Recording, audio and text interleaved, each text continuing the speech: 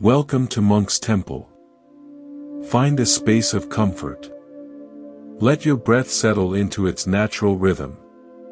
Tonight, we begin a quiet journey into a timeless question: what does it mean to be truly, deeply happy?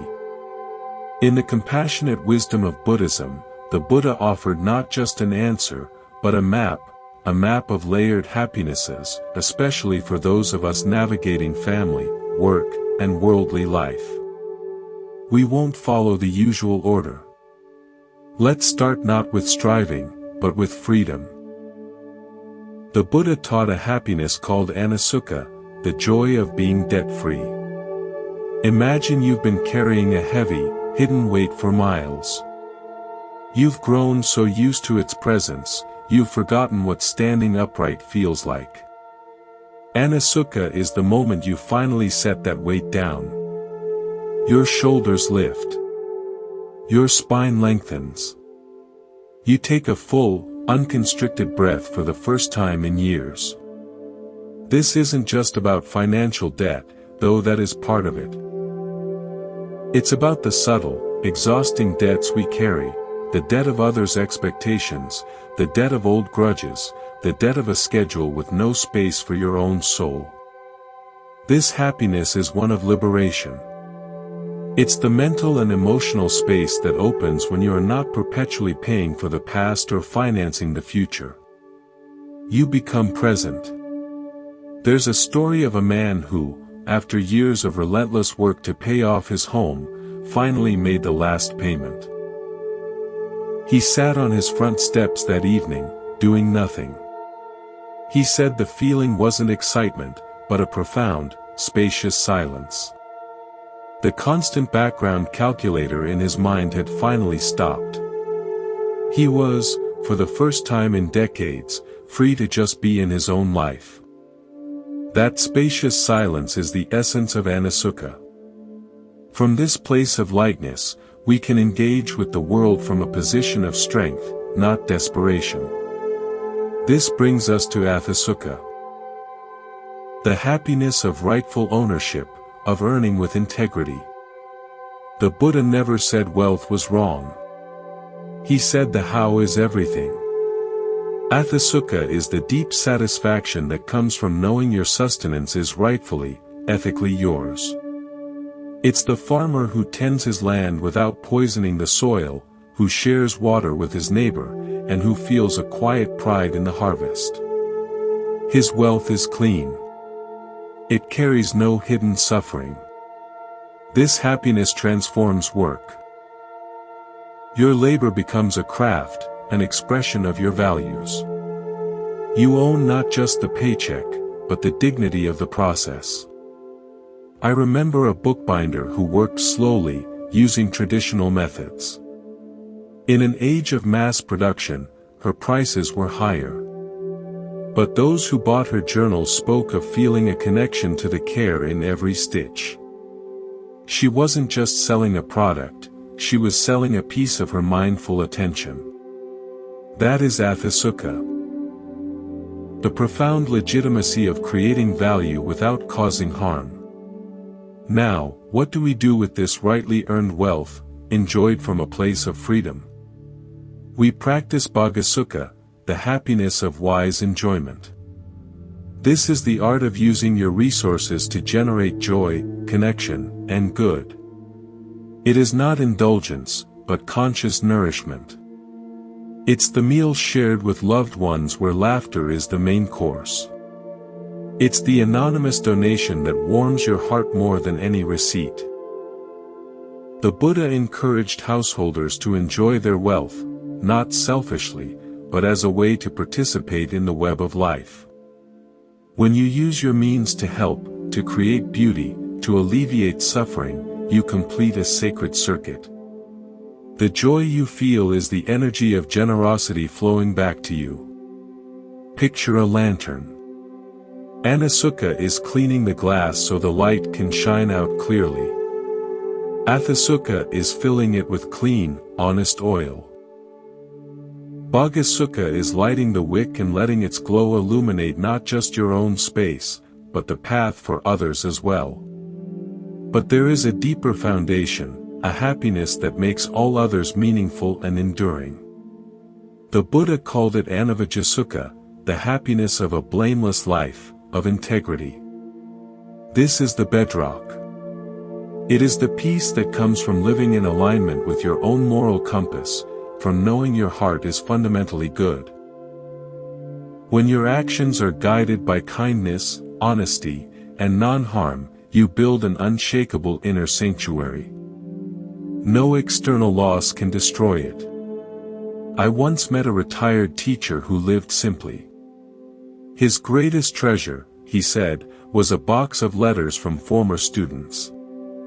They didn't thank him for test scores, but for his fairness, his patience, his belief in them when they didn't believe in themselves. He would reread them not with pride, but with a serene joy. At the end, he said, "You won't remember the car you drove. You'll remember the lives you touched without leaving a bruise." That serene joy is Anavajjasukha. It is the ultimate wealth. These four happinesses are not a checklist, but a symphony. They harmonize to create a life not just of pleasure, but of profound, unshakable well-being.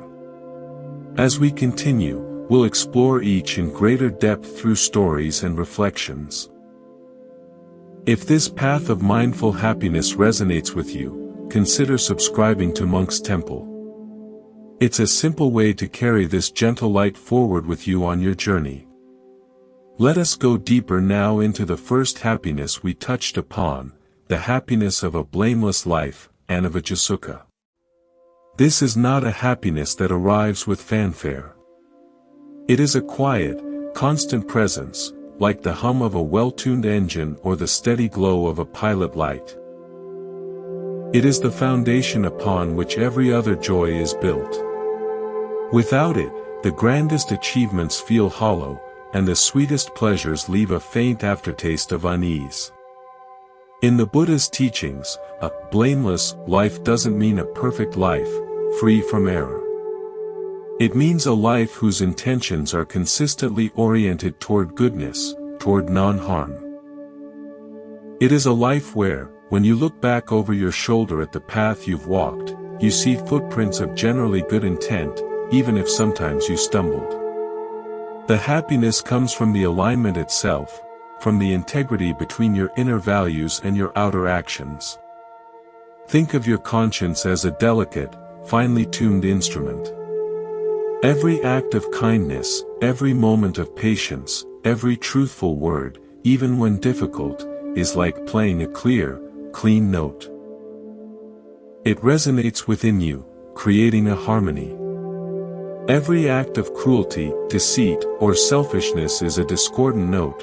It jangles the strings, leaving a vibration of dissonance that we often call guilt or shame.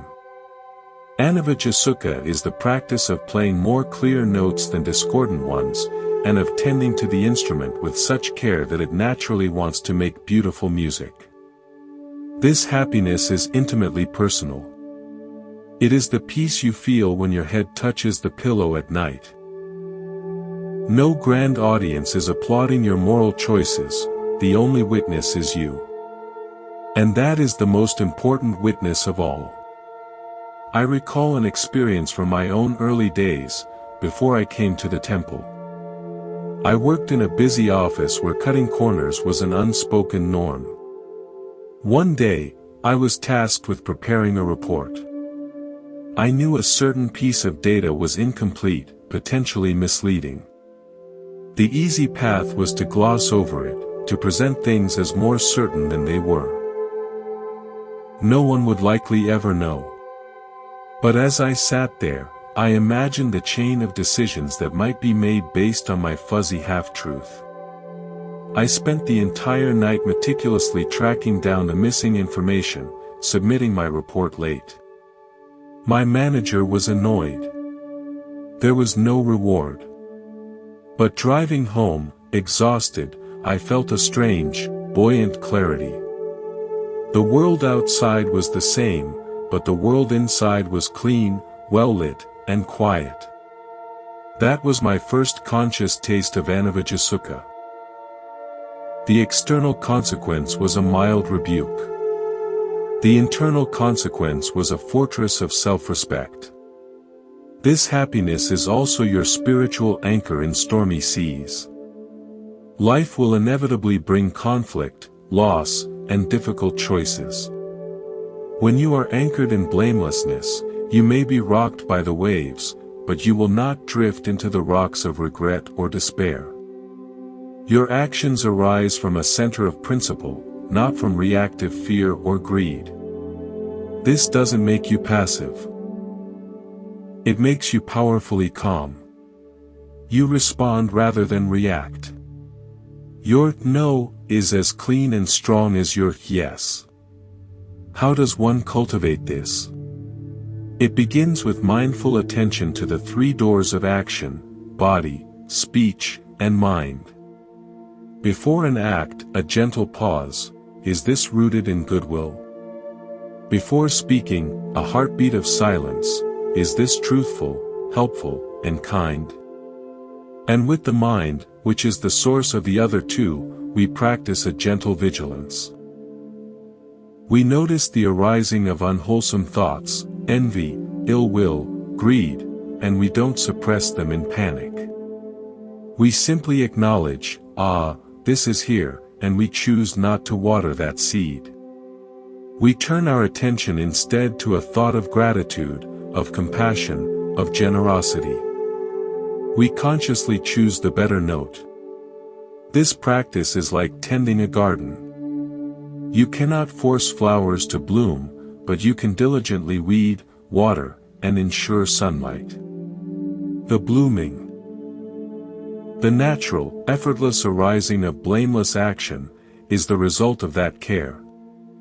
The happiness is in the tending itself, in the daily commitment to clearing the space for goodness to grow. Now, from this stable, fertile ground of inner integrity, the other happinesses find their true meaning and flavor. The freedom from debt, Anaṇasukha, becomes a joyful lightness, not an escape from creditors. The righteous earning, Atthisukha, becomes an expression of your values, not a desperate scramble. The wise enjoyment, Bhogasukha, becomes a natural overflow of a generous heart, not a guilty pleasure. Anavajjasukha is the lamp by which you see all the other treasures for what they truly are. Let me share a story about a shopkeeper in a small town. His store was modest, but he had one rule: his scale was always honest, even if a child was buying a penny's worth of candy. One harsh winter, a large chain store opened on the outskirts of town. They had lower prices, flashier goods. People flocked there. The shopkeeper's business suffered terribly. Friends urged him to cut corners, to buy cheaper, inferior stock to compete. He refused. "My scale is honest," was all he would say. He nearly went bankrupt. But a curious thing happened. People began to miss the certainty of his honest scale, the trust in his word. Slowly, they returned. They realized they weren't just buying goods, they were buying integrity. His business revived, not because he was the cheapest, but because he was a beacon of blamelessness in a world of compromise. His happiness was not in his ledger books, but in the unwavering respect he saw in his customers' eyes and, more importantly, in his own heart. He slept the sleep of the just. That is the unshakable wealth of Anavajjasukha. So as we continue, carry this understanding: the first and most profound work of a happy life is inner alignment. Everything else is what you build upon that solid ground. Now, let us turn to the happiness that arises from our engagement with the world, Atthisukha, the joy of rightful ownership, of earning through righteous means. After establishing an inner foundation of blamelessness, we naturally extend that integrity into our actions. This happiness is about the dignity found in honest labor and the deep satisfaction of creating value without causing harm. In the Buddha's teachings for householders, this is not merely a suggestion but a vital component of a balanced life. To seek wealth is part of the human experience, but the path we take determines the quality of the happiness we receive. Atthisukha is the clear pride of knowing that what you have come by rightly. It is the opposite of the uneasy possession, the thing that sits in your home carrying the silent energy of exploitation or deceit. Imagine two builders. The first cuts down the finest trees from a protected forest under cover of darkness, pays his workers poorly, and rushes the construction to maximize profit. He builds a large, impressive house. The second builder sources sustainable wood, treats his crew with fairness and respect, and focuses on craftsmanship over speed. He builds a smaller, sturdy home. Both own a house. But the first owner, every time he walks through his grand rooms, may hear a faint echo. The whisper of the fallen protected trees, the discontent of the workers. His ownership is tinged with unease. The second owner, resting in his humble space, feels a solid warmth in the walls.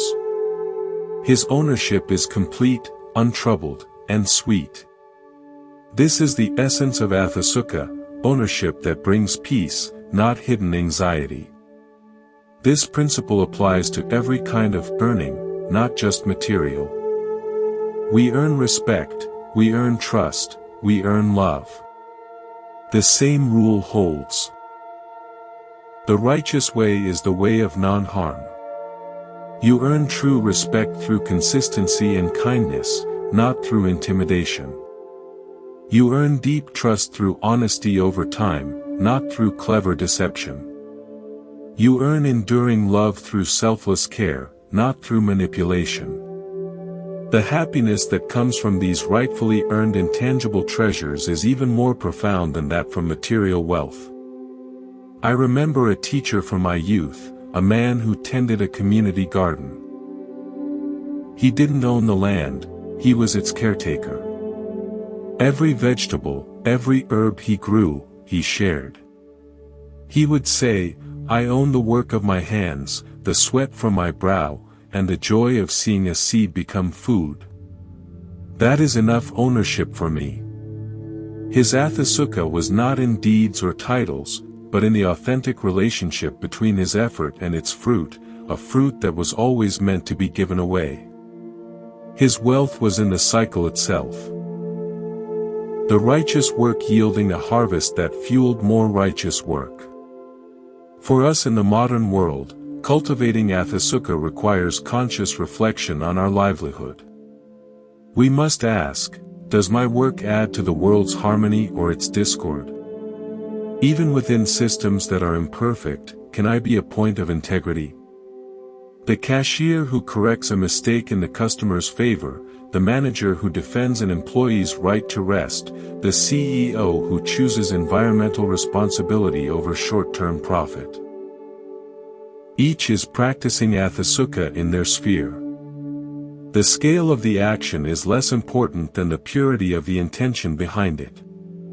This happiness also frees us from the corrosive power of comparison and envy. When your sense of worth is tied to the righteousness of your effort, you are not threatened by another's fortune, especially if it was unrighteously gained. You pity it, for you understand the hidden poverty it carries. Your joy is in the quality of your own endeavor, in the clean tiredness at the end of a day spent well. There is a parable of the two jewelers. One spent his life seeking the rarest gems, often through shady means, to create spectacular pieces for the wealthy. The other worked with simpler stones, but invested his skill in creating pieces that celebrated the inherent beauty of the material. The first was celebrated and rich, but inwardly frantic, always fearing loss or exposure. The second was content, his reputation built on the trust that his jewels were as honest as his hands. When a great fire swept through the city, the first jeweler lost everything: his stock, his clientele built on sand. The second jeweler lost his workshop, but the community he had served with integrity banded together to rebuild it for him. His true wealth was not in the gems, but in the righteous relationships his work had forged. That is the resilient, enduring nature of Atthisukha.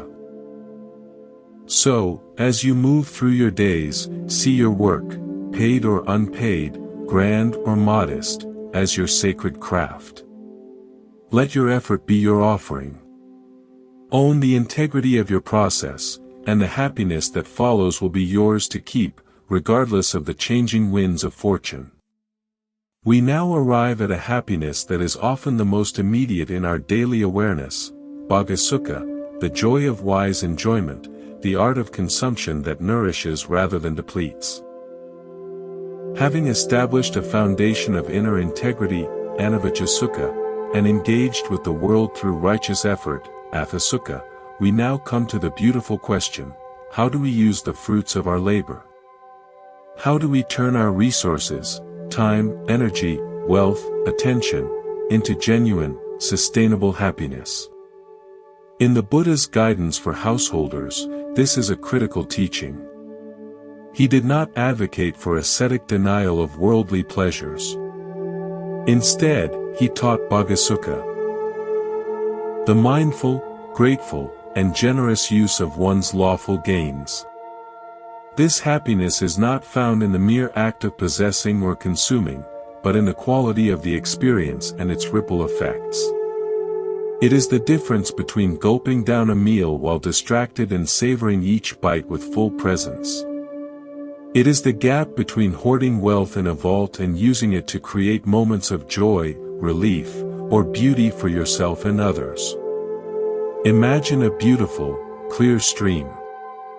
You own a cup. Bhogasukha is the wisdom to dip your cup into the stream, drink deeply to quench your thirst, and then perhaps use the water to nourish a small plant beside you. Foolish enjoyment is trying to dam the entire stream for yourself, where the water stagnates and you are left guarding a pool that brings no refreshment to anyone, including yourself. Wise enjoyment understands the nature of flow. Resources are meant to circulate, to sustain life, to connect. This applies to every resource. Consider your time. Bhogasukha is spending an hour in deep conversation with a loved one, fully present, rather than mindlessly scrolling while physically together. Consider your attention. Bhogasukha is immersing yourself in a piece of music or a walk in nature, letting it fill you, rather than fragmenting your focus across a dozen stimuli. And yes, it applies to material wealth. It is the profound satisfaction of using your money to secure comfort for your family, to support a cause you believe in, or to spontaneously bring a smile to a stranger's face. The joy is magnified because it is shared, because it extends beyond the boundaries of your own skin. There is a story of a wealthy merchant who, upon realizing the transient nature of his riches, began a peculiar practice. Every month, he would set aside a portion of his income not for investment, but for what he called surprise kindness. He would anonymously pay for a family's groceries, leave books with encouraging notes in public places, or cover a month's rent for a struggling neighbor. He said the happiness he felt on his kindness days far surpassed the thrill of any lucrative business deal. He was practicing Bhogasukha at its highest level, transforming impersonal currency into personal connection and relief. His enjoyment was in the act of giving, in the secret knowledge that he had lightened a burden somewhere in the world. His wealth became a tool for healing, and in that process, he himself was healed of the isolation that often accompanies great fortune. This happiness also protects us from the endless cycle of hedonic adaptation, where we constantly need more, newer, work better to feel the same spark of pleasure. Bhogasukha short-circuits that by shifting the source of joy from the object to the quality of engagement and the intention behind the act. A simple home-cooked meal eaten with gratitude and shared with laughter can provide more genuine happiness than the most expensive, lonely restaurant fare consumed with a sense of entitlement. To cultivate Bhogasukha, begin with mindfulness in small things. The next time you drink a glass of water, pause. Feel the coolness, the life it gives. Acknowledge the journey it took to reach you. That is a moment of Bhogasukha. When you receive your income, before it disappears into bills, consciously allocate even a tiny amount towards something that purely brings joy or helps another, a favorite tea, a donation. Feel the intentionality of that act. Practice consuming experiences fully.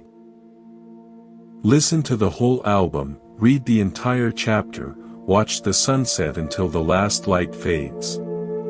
Do not just sample, savor. By practicing wise enjoyment, we complete the virtuous cycle. Righteous earning provides clean resources. A blameless heart ensures we use them without guilt. Freedom from debt gives us the space to enjoy. And wise enjoyment feeds back into our sense of blamelessness and generosity, strengthening the entire foundation. Bhogasukha is the celebration, the feast of a life well lived. It is proof that happiness is not scarce, but abundant, and multiplies when shared. Now, we must weave together the threads we have been following, for these four happinesses are not isolated islands. They are a single, interwoven landscape. Anavajjasukha, the blameless heart, is the fertile soil. Anaṇasukha, freedom from debt, is the clear space in which to plant. Atthisukha, rightful earning, is the diligent tending of the crop. And Bhogasukha, wise enjoyment, is the nourishing harvest, shared in a feast. To understand one is to see its reflection in the others. Their true power is in their synergy. Let us consider how they support one another.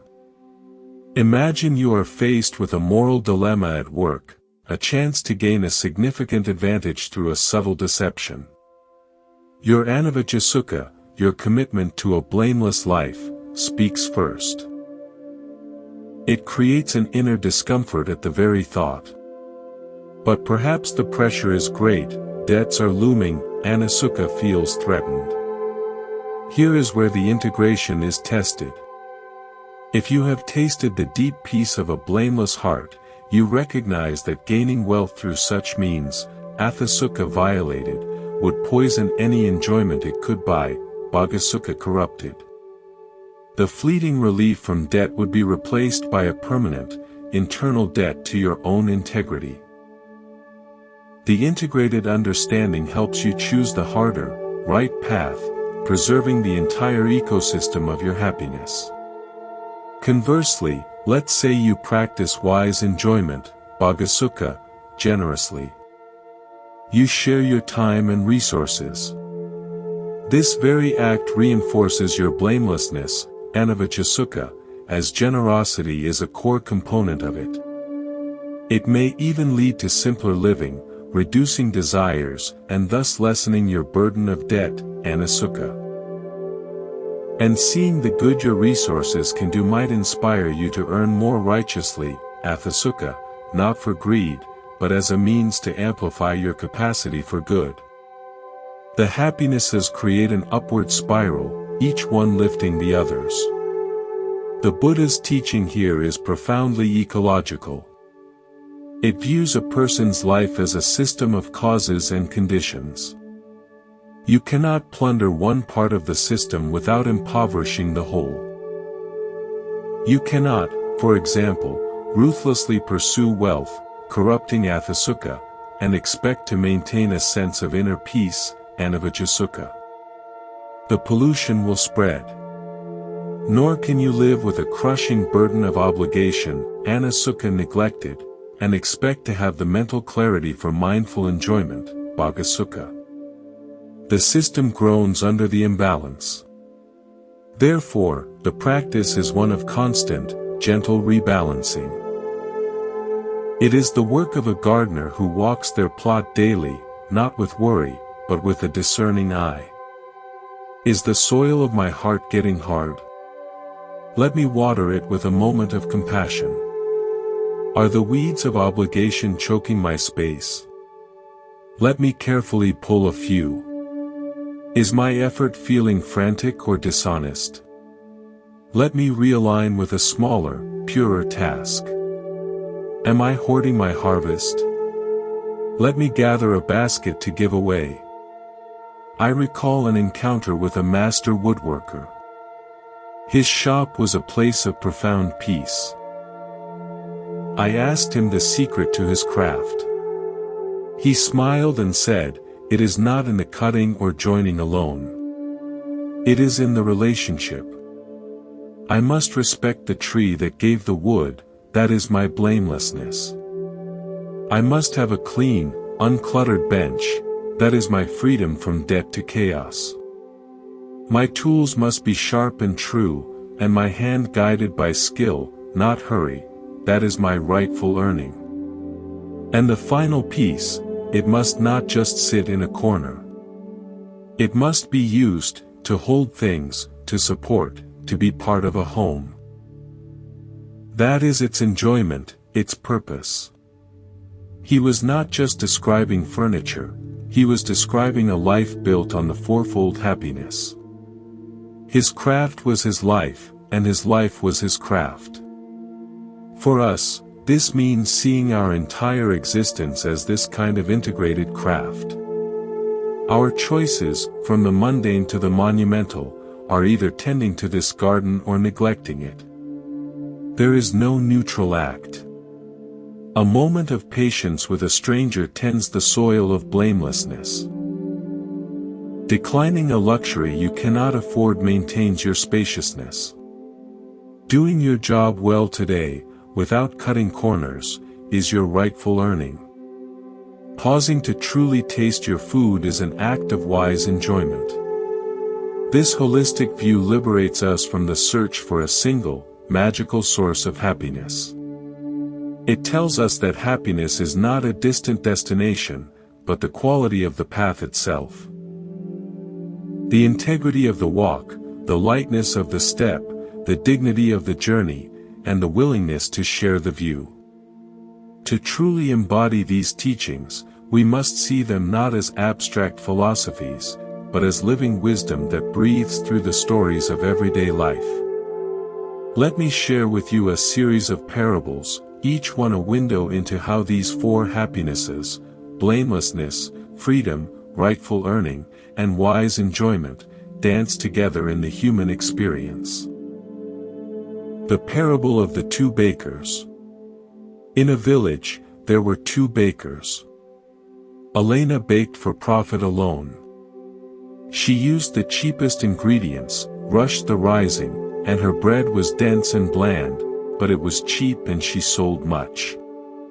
Her mind was always calculating, her heart tight with worry over competitors and costs. She had wealth, but her sleep was fitful, her relationship strained by her miserliness. She possessed Atthisukha in a distorted, hollow form and had little of the others. Her life was a narrow ledger. Across the square, Leo baked. He sourced good grain from local farmers, paid them fairly. He gave his dough time to breathe. He often gave leftover loaves to the hungry. His shop was smaller, his profit modest. But people came for the warmth as much as the bread. Leo's life was infused with Anavajjasukha, his fair dealings, Anaṇasukha. He lived within his simple means, free of crushing debt, Atthisukha, his craft was honest.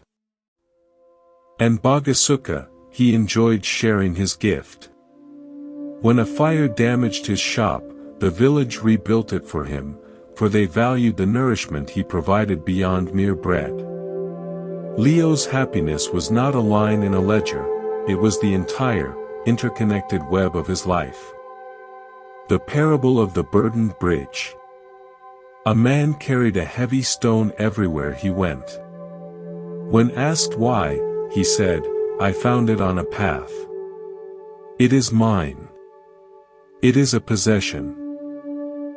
The stone made him slow, strained his back, and he could no longer lift his arms to embrace others. This is life without Anaṇasukha, where we mistake burdens for belongings. The stone can be a grudge, a useless obligation, a compulsive desire. The happiness of freedom comes from the courage to set the stone down. Only then can your arms be free, to work rightfully, to enjoy wisely, to offer a blameless touch. The parable of the songbird and the cage. A songbird with a pristine, clear voice was caught and placed in a golden cage. It was fed the finest seeds and given pure water. Yet, it sang less and less, for its song was born of sky and flight, not of gold. The cage, for all its value, was a debt of captivity paid for with its song. This parable speaks to Atthisukha and Bhogasukha. The finest, most righteously earned cage is still a cage if it stifles your essential nature. Wise enjoyment, Bhogasukha, asks. Does this possession allow my true song to flourish, or does it silence it? The greatest wealth is often the freedom to be what you are. The parable of the well and the vessels. A clear, deep well stood in a community. Some came with cracked vessels, leaking as they walked. They never had enough, always striving for more. This is a life where Anavajjasukha is neglected, the vessel of the heart is fractured by selfishness or guilt, and happiness cannot be retained. Others came with small, sealed vessels, taking only a little for themselves, hoarding it. They had security but no abundance of spirit, missing Bhogasukha. The wise came with sound, open vessels. They drew what they needed, drank deeply, and used the rest to water the plants around the well, ensuring its continued flow for all. They embodied the complete cycle. The parable of the mapmaker. A mapmaker spent his life drawing maps for merchants seeking treasure. His maps were accurate, but he grew bitter, for he only charted paths for others' greed. One day, he burned his old charts and began drawing a new kind of map. He marked not where gold was buried, but where clean water could be found, where safe shelter stood, where communities shared meals. He gave these maps freely to wanderers and pilgrims. In doing so, he found a new Atthisukha. His skill was now righteously used to alleviate suffering, not fuel desire. His Bhogasukha was in the gratitude of those he guided. He had realigned his work with Anavajjasukha, and in the process, found Anaṇasukha, freedom from the debt of creating tools for hollow pursuits. The parable of the night watchman. An old night watchman made his rounds in a quiet district. He owned little, owed nothing. His happiness was in the reliability of his routine, the clarity of the stars, the peace of the sleeping streets. He practiced a profound Anaṇasukha. Freedom from the debt of desire. He did not crave a louder life. His Atthisukha was in the simple, honest fulfillment of his duty. His Bhogasukha was in the quiet solitude, which to him was not loneliness but a rich companionship with the night. And his Anavajjasukha was impeccable, he was a silent, steadfast guardian. His life, seemingly small, was a perfect, complete circle of contentment. These stories are mirrors. Look into them. Do you see the harried baker, the burdened bridge walker, the caged songbird? Or do you see glimpses of the integrated gardener, the wise mapmaker, the peaceful watchman? The teachings of the Fourfold Happiness are not about achieving a perfect score in all categories. They are a compass, a set of questions we can ask ourselves in moments of choice. Is this action blameless? Does it preserve my freedom? Is this effort rightful? Will this enjoyment be wise and shared? The path to a happy life is paved with these small, conscious adjustments of direction. Let us now bring these principles into the intimate sphere of our daily lives, into our homes, our relationships, and the silent conversations we have with ourselves. How does the Fourfold Happiness manifest when we are not thinking of grand philosophies, but simply living? Consider the morning. You wake. The first thoughts that greet you, are they creditors of anxiety, collecting on yesterday's debts? Or is there a moment of lightness, a space of Anaṇasukha, where you simply exist before the day's accounts are opened? That initial mental atmosphere sets the tone. Cultivating this freedom might mean a deliberate practice. Before rising, taking 3 breaths with the sole intention of inhabiting a debt-free moment. This is not denial of real responsibilities, but a conscious reclaiming of your inner space before you give it away. Now, you move through your household tasks. Preparing a meal, cleaning a space, mending an item. Here lies a profound opportunity for Atthisukha and Bhogasukha intertwined. The righteous earning is the care you invest in your own sanctuary. The wise enjoyment is in the doing itself, the scent of clean linens, the order restored, the nourishment prepared with attention. When these acts are done resentfully, as a debt paid to domesticity, they drain. When done as a craft of creating a wholesome environment, they fill. You are rightfully earning the peace of your own home, and wisely enjoying the fruits of that labor in real time. In communication with family, Anavajjasukha is your guide. The blameless word is not necessarily the nicest word, but the one spoken with good intent and rooted in truth. It is the patience to listen fully before replying, withholding the sharp retort that would create a hidden debt of resentment. It is the apology offered freely when you are wrong, which is an act of radical Anaṇasukha, freeing yourself and the other from the burden of your mistake. Each blameless interaction is a brick in the foundation of a happy home. Modern life presents a unique challenge, the digital realm. It is a vast marketplace of potential debt and distorted earning. Social media can foster a sense of obligation, Anaṇasukha compromised, a drive to curate a false self for approval, Atthisukha violated. And a consumption of others' lives that leaves us emptier, not fuller, Bhogasukha corrupted. Applying the framework here is vital. Engage with blameless intention, to connect, not to compare. Consume digital content wisely, does it nourish or deplete? And be mindful of the debt of attention you incur. Every minute spent scrolling is a minute owed back to your own real, unmediated life. I think of a friend who implemented a digital sunset. 1 hour before bed, all screens go dark. This simple rule created a space of Anaṇasukha, freedom from the infinite debt of information and stimulation. In that space, she found time for Bhogasukha, reading a physical book, talking with her partner, or simply sitting in silence. This small ritual strengthened her Anavajjasukha, as she was being true to her need for rest, and her Atthisukha, as she was rightfully earning her own peace through disciplined action. Another aspect is our relationship with the body. So often, we treat it as a debtor, pushing it, neglecting it, then demanding it perform.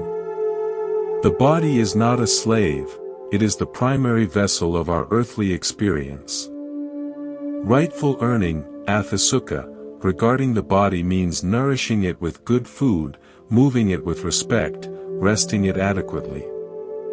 Wise enjoyment, Bhogasukha, is feeling the pleasure of a stretch, the coolness of water, the vitality after movement. Freedom from debt, Anaṇasukha, is releasing it from the tyranny of impossible standards. A blameless life, Anavajjasukha, includes non-harm toward this, your closest companion. Ultimately, the household is the training ground. It is where the theory of happiness is tested in the fires of fatigue, emotion, and repetition. The goal is not a perfect, frictionless home. It is a home where the four happinesses are recognized as the essential utilities, more important than plumbing or electricity. When conflict arises, you can ask, which happiness is under threat? Is our freedom being encroached? Has someone's sense of rightful effort been ignored? Are we forgetting to enjoy each other?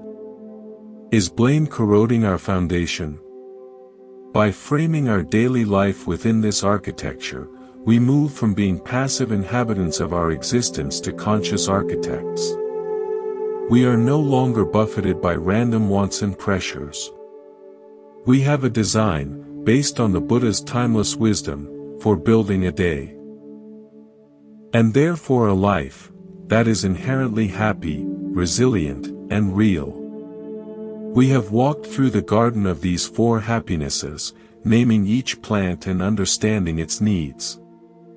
But a garden is not a museum, it is a living system that encounters storms, droughts, and seasons of barrenness. What happens to this fourfold happiness when life brings its inevitable suffering? Does the framework crumble, or does it reveal its deepest strength? The Buddha's first noble truth is the truth of dukkha. Often translated as suffering, stress, or unsatisfactoriness. He did not teach the fourfold happiness as a magical shield against dukkha. He taught it as a way of relating to dukkha that transforms it from a wrecking ball into a teacher. When we have cultivated these happinesses, our suffering becomes clean.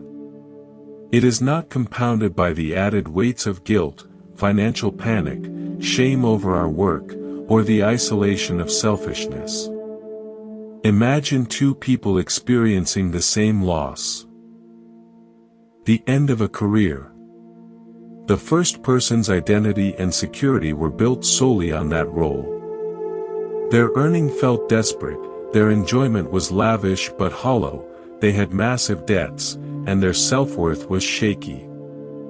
The loss demolishes them. It feels like total ruin because their entire, fragile structure collapses. The second person practiced the fourfold happiness. Their work, while important, was an expression of rightful effort, Atthisukha, not their entire soul. They lived within their means, Anaṇasukha, so financial panic is not immediate. They enjoyed life in connected, simple ways, Bhogasukha, so they have a well of joy to draw from beyond the job. And they have a foundation of blamelessness, Anavajjasukha, they know they acted with integrity, so regret does not poison their grief. For this person, the loss is a profound sadness, a deep ache. But it is not ruin. It is a painful event occurring within a life that remains fundamentally sound, worthy, and connected. They can grieve without spiraling. This is the resilience this teaching offers. Anavajjasukha, the blameless life, becomes your anchor in grief. When you look back, you see you loved honestly, you spoke truth, you caused minimal harm. This does not take the pain away, but it removes the searing, self-inflicted burn of regret. Your tears are pure sorrow, not mixed with the acid of, if only I had been better. Anaṇasukha, freedom from debt, provides practical and psychic space. Practical space, because you are not immediately confronted with financial catastrophe. Psychic space, because your mind is not already filled with the static of 100 other obligations and anxieties. You have the capacity to fully process the loss without a dozen other alarms screaming for attention. Atthisukha, rightful earning, allows you to release the role without destroying your self-concept. You can say, "I did that work well and honestly. That chapter is complete. My value is not erased." It prevents the identity from shattering along with the position. Bhogasukha, wise enjoyment, means you have a life outside the lost thing. The connections you nurtured, the simple pleasures you cultivated, the generosity you practiced, these become your lifelines, your network of support. You have a community that cares for you because you cared for it. You know how to find small moments of solace because you practiced savoring. There is a story of a great tree that stood for centuries. Storms would break branches. Droughts would wither its leaves. Yet it remained, because its roots were deep and wide, and its trunk was strong. The fourfold happinesses are like this root system. The storms of life, loss, failure, illness, will break branches, our external circumstances. But if our roots of integrity, freedom, righteous effort, and connected enjoyment are deep, we remain standing. We may be wounded, changed, but we are not uprooted. We can bud again. This understanding turns the pursuit of happiness from a desperate flight from pain into a courageous preparation for the full human experience. We are not building a fortress to keep suffering out, we are cultivating an inner landscape so that when suffering visits, as it must, we can meet it without additional, unnecessary torment. We can say, "This pain is enough. I will not add to it." Therefore, the practice of these happinesses is the ultimate act of kindness toward your future self. You are preparing the ground so that future sorrows can be held, and future joys can be fully, safely celebrated. You are not seeking a guarantee of perpetual pleasure, an impossible quest. You are building a vessel that is seaworthy in both calm and storm. This is the mature, profound happiness the Buddha pointed to for the householder. It is a happiness that includes tears. It is a stability that knows change. It is a wealth that exists even in material loss. It is, in its fullest expression, freedom, not from life's difficulties, but within them. We have spoken much of principles, stories, and applications. Now, let us turn to the quiet, practical art of cultivation. How does one truly nurture these four happinesses in the soil of a busy, demanding life? It is not through grand, sweeping declarations, but through the gentle, consistent gestures of a gardener tending to precious seeds. Let us explore a simple daily practice for each. For Anavajjasukha, blamelessness, practice the evening review. As you prepare for sleep, let the day wash over you not in judgment, but in gentle recollection. Lie still and ask, when did I feel most at peace today, and when did I feel a flicker of unease or regret? Don't analyze, just observe. The moments of peace often align with blameless action, a patient response, a small honesty, an unforced kindness. The flickers of unease often point to where the heart knows it strayed. Don't berate yourself. Simply acknowledge, there, I could choose differently tomorrow. This is not about creating guilt, it's about refining your inner compass through loving attention. It takes 3 minutes. It waters the seed of integrity. For Anaṇasukha, freedom from debt, practice conscious renunciation once a day. This is the deliberate act of not acquiring, not committing, not consuming. It is saying no to one small thing to say yes to space. It could be not buying the extra item at the store, not adding another appointment to an already full day, not scrolling through one more social feed, not eating the extra bite out of habit. In that moment of conscious no, feel the space that opens up. That is the direct experience of freedom from a potential debt, a debt of clutter, of time, of attention, of digestion. You are practicing being a steward of your own limits, which is the essence of freedom. For Atthisukha, rightful earning. Practice the dedication of work. Choose one task in your day. It could be a professional project, a household chore, or a creative endeavor. Before you begin, pause for 15 seconds. Set an intention. May this work be done with full attention. May it cause no harm. May it be of benefit, if only to the quality of my own effort. Then, as you work, periodically reconnect with the physical sensation of the task, the feel of the keyboard, the motion of the broom, the mixing of ingredients. This roots your effort in the present and in the body, aligning it with righteousness, which is simply effort that is fully owned and present, not stolen by distraction or done with resentment. For Bhogasukha, wise enjoyment, practice the ritual of savoring. Choose one ordinary pleasure each day. A cup of tea. A piece of fruit. A warm shower. A view from a window. For the duration of that experience, do nothing else. Give it your full sensory attention. Taste, smell, feel, see, hear.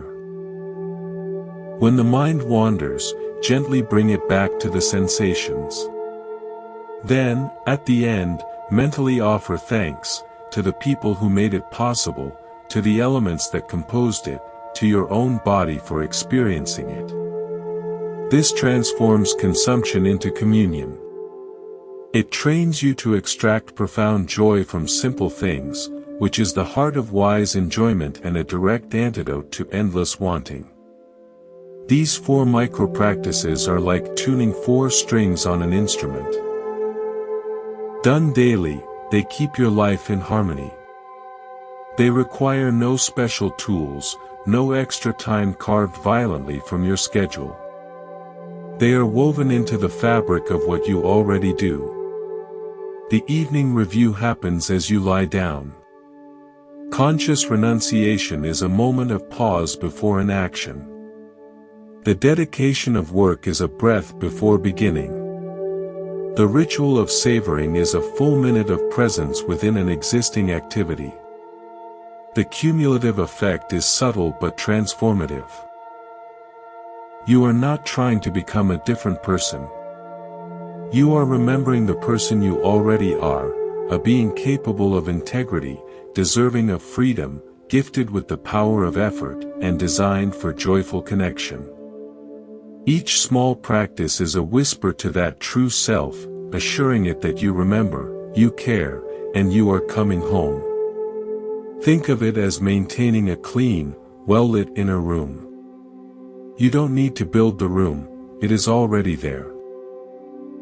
You just need to sweep it each evening, Anavajjasukha, decline to fill it with clutter, Anaṇasukha, arrange the furniture with care, Atthisukha, and then sit peacefully within it, enjoying the light, Bhogasukha.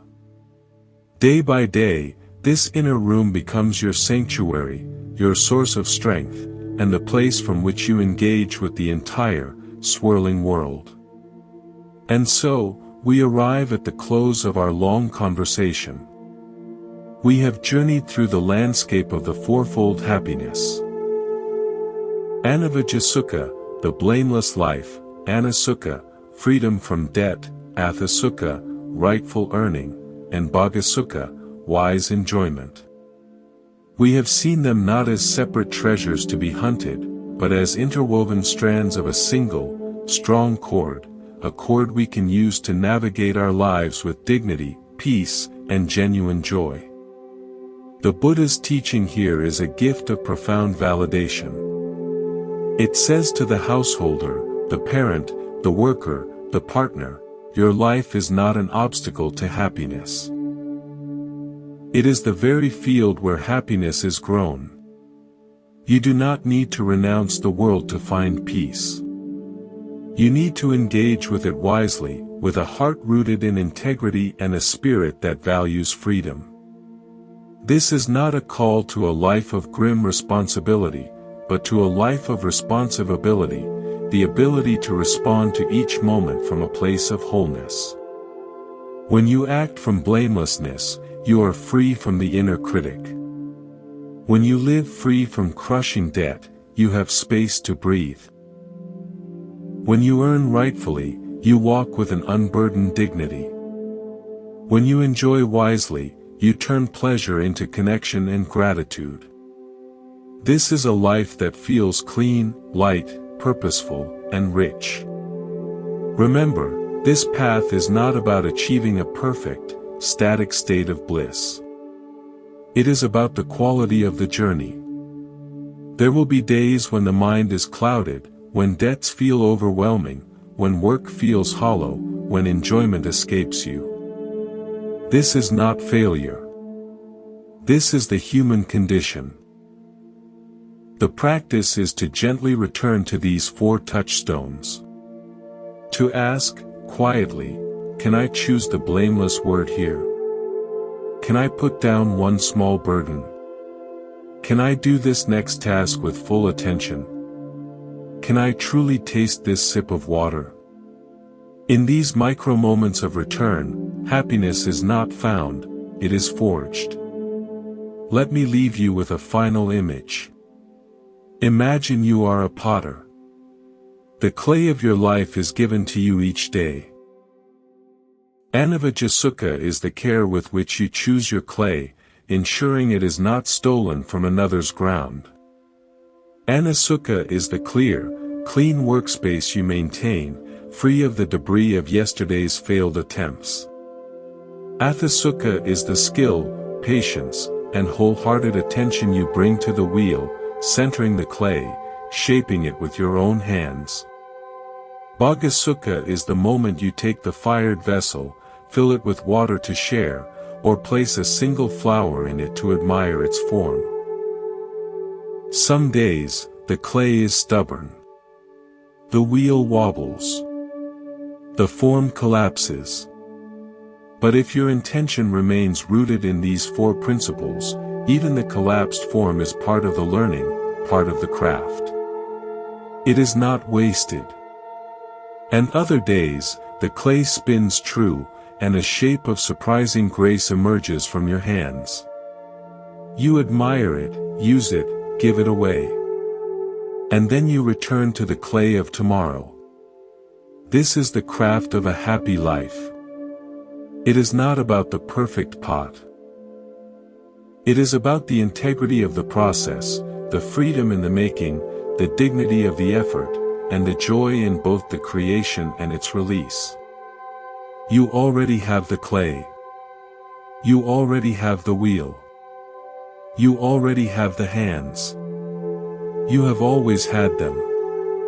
The teachings of the Fourfold Happiness are merely the reminders of the posture, the centered, attentive, generous posture, from which to begin. Thank you for walking this path with me here at Monk's Temple. May you carry this gentle framework in your heart. May it be a lens that brings the colors of your own life into clearer, kinder focus. May you cultivate the happiness of a blameless heart, cherish the happiness of lightness, engage with the happiness of rightful effort, and celebrate the happiness of shared joy. May you be happy. Not because everything is perfect, but because you know how to tend the garden of your life, in all its seasons. Go in peace.